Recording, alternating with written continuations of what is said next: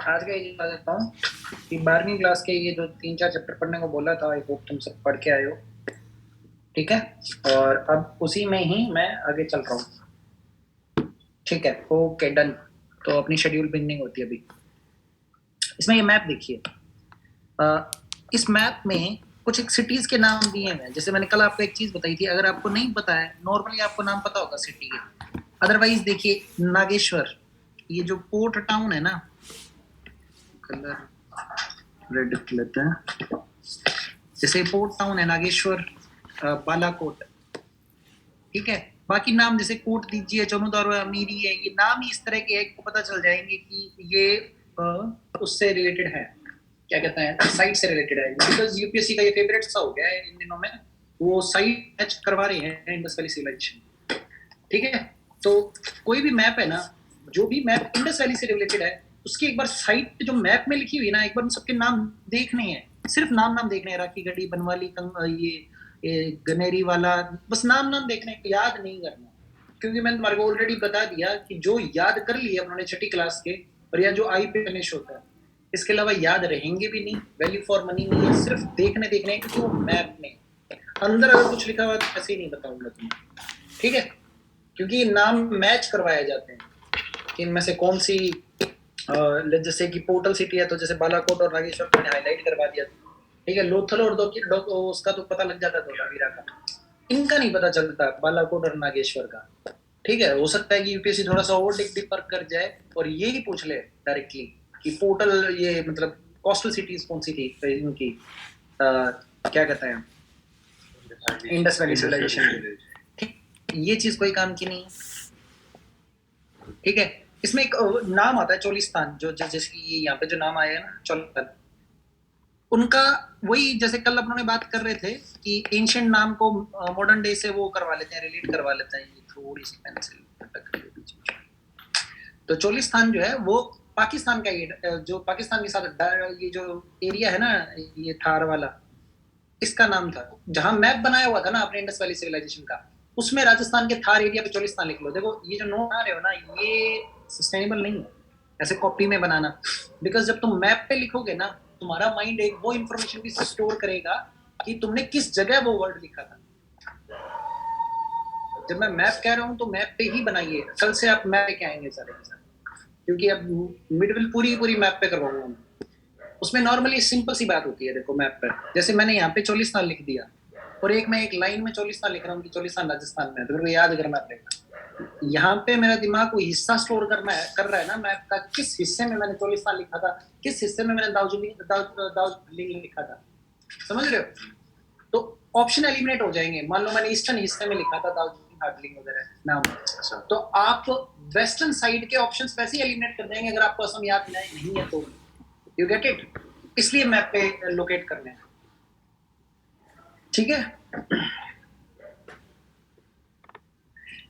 अच्छा, अब एक सिंपल सा क्वेश्चन पूछता हूँ। मैं आज क्वेश्चन साथ साथ में पूछता रहूंगा। अगर एक स्टेटमेंट आ जाए कि इंडस वैली सिविलाइजेशन में वॉल्ड सिटीज थी, WALLD वॉल्ड मतलब दीवारें थी, तो would you mark that statement false? True. बताओ भाई, यूनानिमस आंसर चाहिए।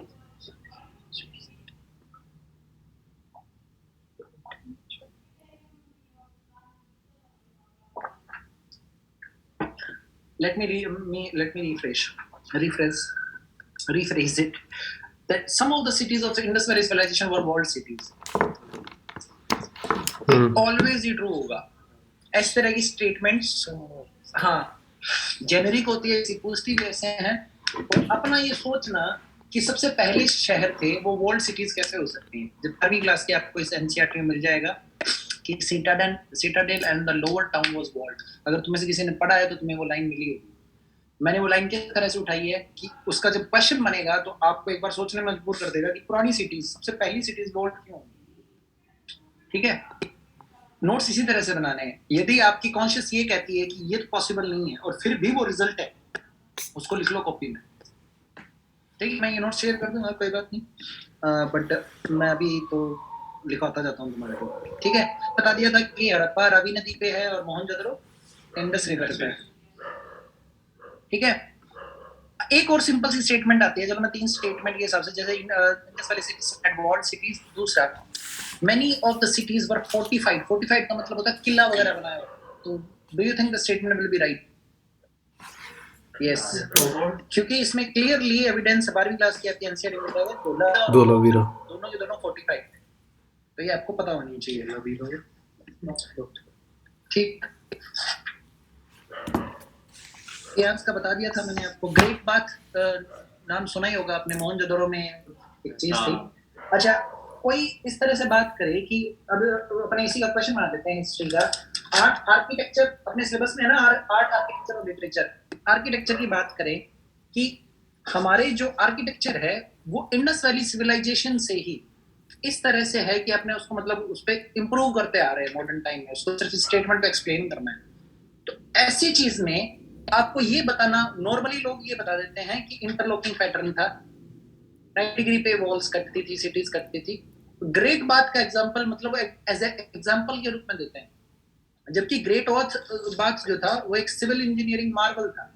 उसमें उन्होंने लेड और बिटुमिनस नीचे परत लगाई हुई थी ताकि पानी प्रोक्लेट ना करे, इस तरह का कुछ किया हुआ था। वो तुम्हें मतलब थोड़ा सा ज्यादा डीप में जाओगे तो पता चलेगा, इसमें एनसीईआरटी में नहीं है, मैं सिर्फ एक सुपरफिशियल इन्फॉर्मेशन दे रहा हूँ कि उसको छोड़ना नहीं होता है जब आर्किटेक्चर की अपने बात, ठीक है।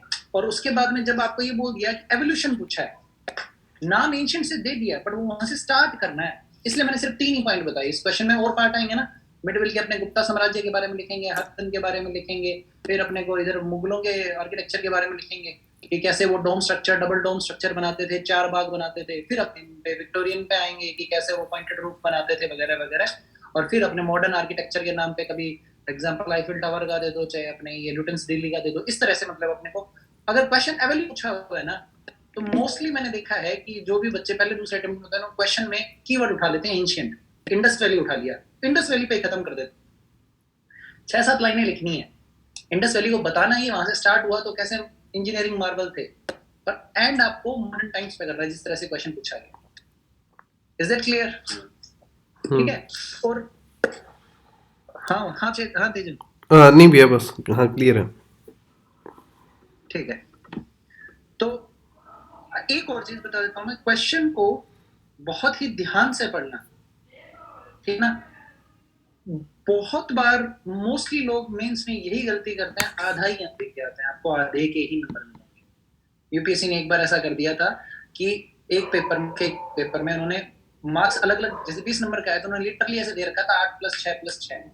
इसका मतलब नवीन भी क्लास ज्वाइन कर लिया, उसमें तो मैंने डाला ही नहीं हुआ ग्रुप पर। तो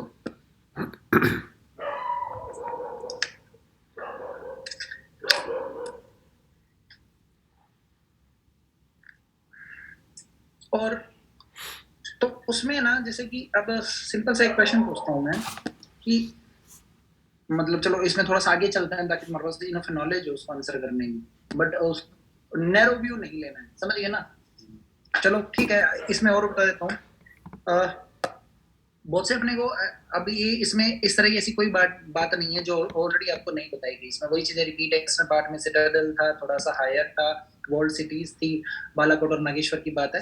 बाकी नोट्स दे ही दूंगा आपको बाद में, पहले आप एक बार खुद चैप्टर पढ़ेंगे। मैं ये पहले 2-3 चैप्टर जो कल रह गए थे वो फटाफट करवा रहा हूँ कि नई इन्फॉर्मेशन क्या है वो बता देता हूँ आपको, ठीक है। अब बीड और क्राफ्ट प्रोडक्शन के लिए सिटीज का नाम है इसमें, चानोदारों का नाम सुना होगा आपने। वो बीड और क्राफ्ट प्रोडक्शन मतलब क्राफ्ट मतलब उनमें कैलीग्राफी की वो क्षमता थी, वो क्राफ्ट का काम करते थे। तो इससे अपने को उसकी सोसाइटी पता चलता है कि वहां पे शायद डिवीजन ऑफ लेबर रहा हो। ये कैसे पता चला मुझे बताओ? जहां पे एक तरफ ऑर्नामेंट का काम हो रहा है, एक तरफ एग्रीकल्चर की बात हो रही है, कुछ लोग क्राफ्ट की बात कर रहे हैं, इतनी सुंदर आर्किटेक्चर मार्बल बना रहे हैं, तो of course division of labour रहा होगा ना, लोग अलग अलग काम कर रहे होंगे। ये डेरिवेटिव नॉलेज है, समझ रहे हो? आप समझ रहे हो मैं क्या कहना चाह रहा हूँ कि सब चीजों से नॉलेज डिराइव की गई है कि कैसे वहां डिवीजन ऑफ लेबर रहा होगा। मैं आपको 12 पॉइंटर दूंगा इंडस वैली सिविलाइजेशन के, यूपीएससी जब तक सिलेबस चेंज नहीं करेगी उनका आंसर हो जाएगा। वो आपको समझ में आए उसके लिए मेरी बातें सुनना जरूरी है। सिर्फ 12 शब्द है, 12-13 शब्द है, और टोटल 9 पेज के नोट्स हैं पूरे GS1 के। तो वो जब तक आप ये क्लासेस नहीं सुनेंगे वो शब्द समझ में नहीं आएंगे ना। तो इसलिए जैसे उसमें मैंने लिखा हुआ है नॉर्मली डिवीजन ऑफ लेबर, उसके पीछे की कहानी मैंने तुम्हें आज बताई है, मेरे को तो ऑलरेडी पता है। तो इस तरह से थोड़ा अपने लैंग्वेज में उसको लिखते जाना, वरना एक देखोगे तो दिमाग में नहीं आएगी। समझ आ गया ना? एक आर्किटेक्चरल में इंजीनियरिंग मार्बल बता रहा हूँ, सेंट्रलाइज्ड अथॉरिटी बता रहा हूँ, वाटर सिटीज बता रहा हूँ, craft production, bead making, ornament make, pottery, बहुत कुछ देख रहे हैं ना अपने। तो बस इसलिए। अच्छा, ये यूपीएससी का 2019 का क्वेश्चन है, शमन्स, SHAMANS, शमन्स। और ये वही मतलब मिलान करना था इनका, मैच द फॉलोइंग कहते हैं उनको, इधर 3 वर्ड्स इधर 3 वर्ड्स। पहला था शमन, दूसरा था मिरासीदार और तीसरा था बानियाज, और आगे 3 वर्ड्स थे। ठीक है, तो शमन्स मतलब वो लोग बस कुछ मैजिकल पावर्स थी, उनको शमन्स कहा गया है। ठीक है,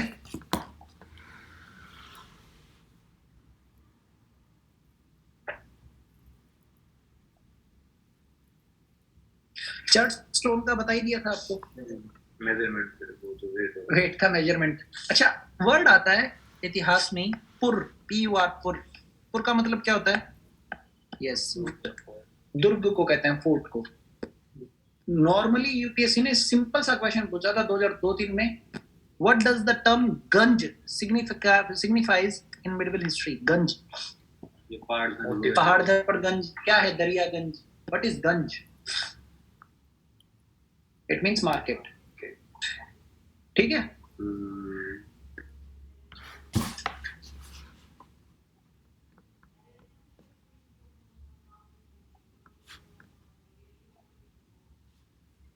मैंने ये बता दिया था कि नागेश्वर और बालाकोट दोनों कोस्टल सिटी थी।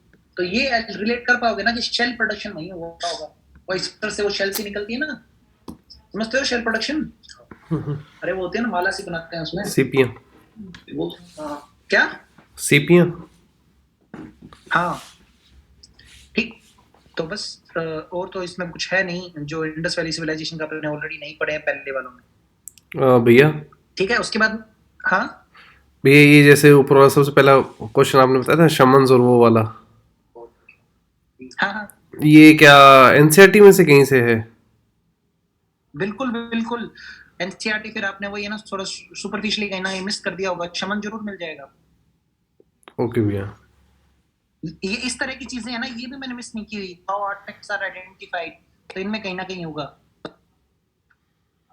शमन्स बिल्कुल है, मैं तेरे को दिखाई दूंगा, कहीं ना कहीं दिखाई दूंगा, सामने ही आ जाएगा, एक्सप्लेनेशन में ही आ जाएगा। सिटाडेल आ गया, मैं दिखाई देता हूँ, एक मिनट तेरे को शमन से दिखा देता हूँ। बरियल सिस्ट की कल उन्होंने बात कर ली थी, फियांस के ये यहाँ पे, हाँ कर ली थी। हाँ करवाता हूँ आगे, कोई दिक्कत नहीं। अच्छा, औरांग एक वर्ड आया था, यूपीएससी में ही पूछा था, AURANG, औरांग। आपके एनसीईआरटी में कहीं है, इन्हीं में नहीं, आगे आ जाएगा। बट जैसे मैं वो करवा रहा था उस शमन्स के साथ, ये पता नहीं ये मतलब कि ऐसे ही वर्ड मैच करवाया था। AURANG, औरांग। औरांग का मतलब एनसीईआरटी में वर्ड है, शमन्स की आदत है मेरे को।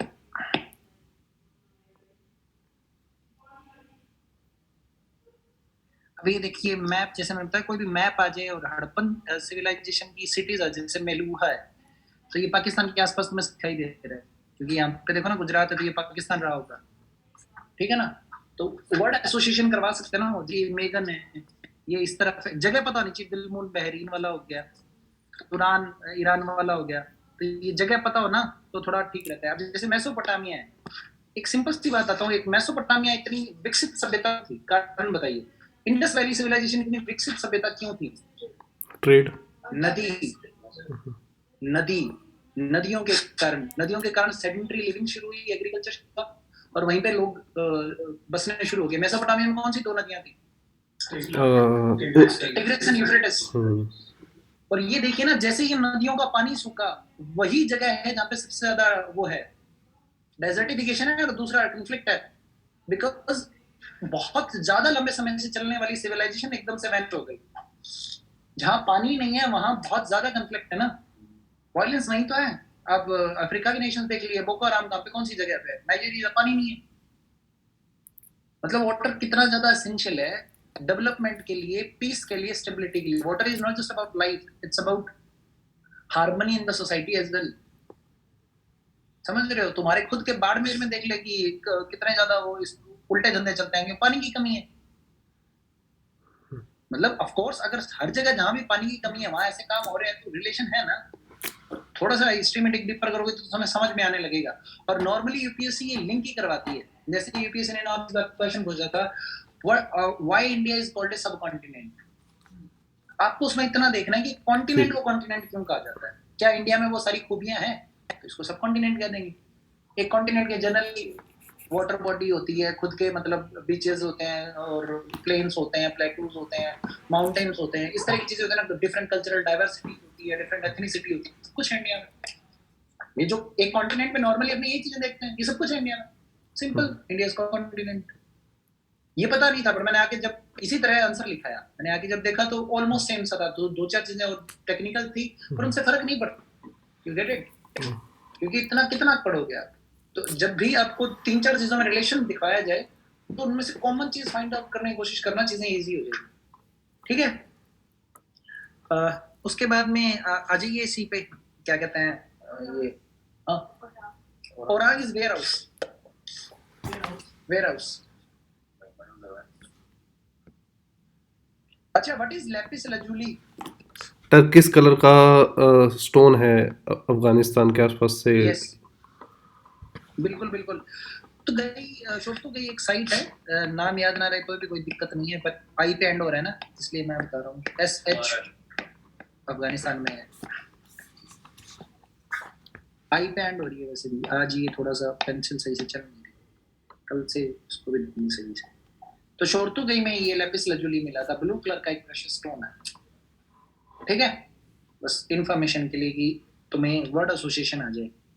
ठीक है, उसके बाद में अगले चैप्टर में अशोका के बारे में थोड़ा कुछ लिखा हुआ है।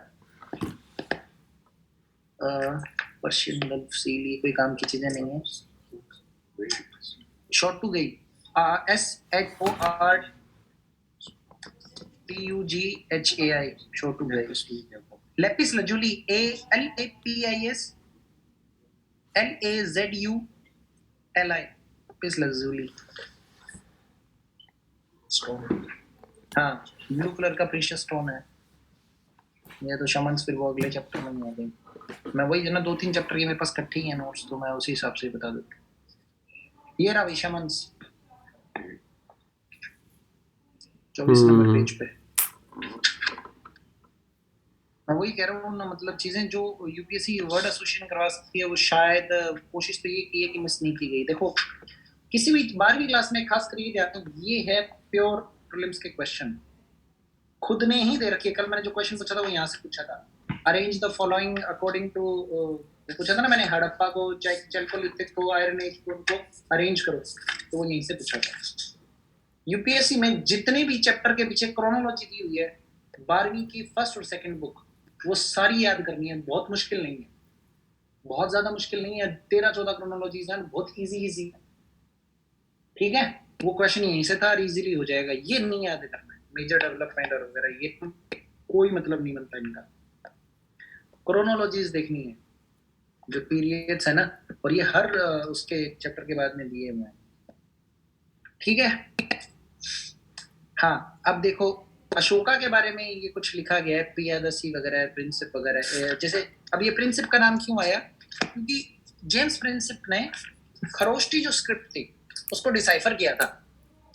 ठीक है, और शायद तक तो हो सकता है ये इंफॉर्मेशन इस बुक में भी हो। ये रहे पेपर ब्राह्मी एंड खरोष्टी, ये 2016 का आपका प्रीलिम्स का क्वेश्चन है। Who among the following deciphered the Kharosthi script. UPSC बिल्कुल पहले ही पेज से तीसरी लाइन से क्वेश्चन उठा गया। गूगल कर लेना 2016 का क्वेश्चन। मतलब कि मेरे ईयर ऊपर नीचे हो सकते हैं, 2016 से लेके 2020 के ईयर ऊपर नीचे नहीं होंगे, मैं सही ईयर ही बताऊंगा आपको। ठीक है, तो ये आपका 2016 का क्वेश्चन था कि ये खरोष्टी किसने डिसाइफर की थी।